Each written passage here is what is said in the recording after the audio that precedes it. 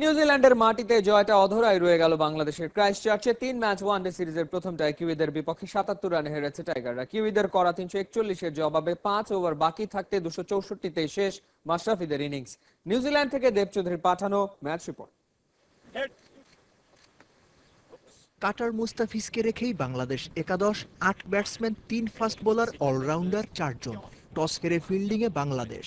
নিউজিল্যান্ডকে প্রথম ধাক্কাটা দিয়েছেন মুস্তাফিজ। এই ম্যাচে ৪,০০০ ওয়ানডে রান করা কিউই ক্যাপ্টেন কেইন উইলিয়ামসনের উইকেট তুলেছেন তাসকিন। ১৯ ওভারে ১০০ করেছে নিউজিল্যান্ড, ৩৭ ওভারে ২০০, ৪ উইকেটে। পরের ২ উইকেটই সাকিবের। ৬ নম্বর উইকেটে ১৫৮-র পার্টনারশিপ, সেও ১৮ ওভারে। কলিন মানরোর ৬১ বলে ৮৭-র সাথে টম লাইথামের দ্বিতীয় ওয়ানডে সেঞ্চুরি ওর ক্যারিয়ার সেরা ইনিংস। ব্ল্যাক ক্যাপ বোর্ডে ৩৪১।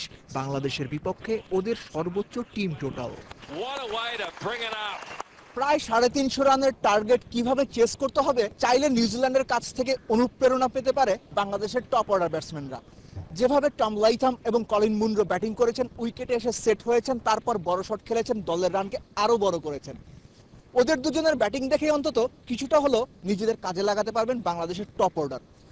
টপ অর্ডারের যে ৭ জন বা ৮ জন ব্যাটসম্যান রয়েছেন, তাদের যে কোনো একজনকে অনেক বড় একটা ইনিংস খেলতে হবে, একই সাথে বাকিদের সাপোর্ট দিতে হবে। তাহলেই হয়তো ৩৫০ রানের অসম্ভব টার্গেটটাকে সম্ভব করতে পারবে টিম টাইগার্স।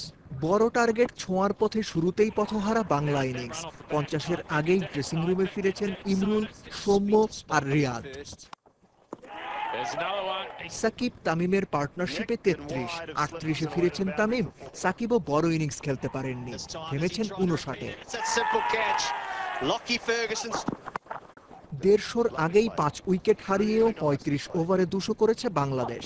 মুশফিক সৈকতের ৫০-এর পার্টনারশিপটা আশা জাগিয়ে আশাহত করেছে। আহত হয়ে মাঠ ছেড়েছেন মুশফিকুর রহিম। সান্ত্বনা বলতে মোসাদ্দেক সৈকতের ব্যাটিং। ক্যারিয়ারের প্রথম ওয়ানডে ৫০, ছোট কাঁধে বড় দায়িত্ব নেওয়া শিখেছেন মোসাদ্দেক। হারা ম্যাচেও যেন এটাই সবচেয়ে বড় সান্ত্বনা। Excellent innings. দেব চৌধুরী, ৭১, ক্রাইস্টচার্চ, নিউজিল্যান্ড।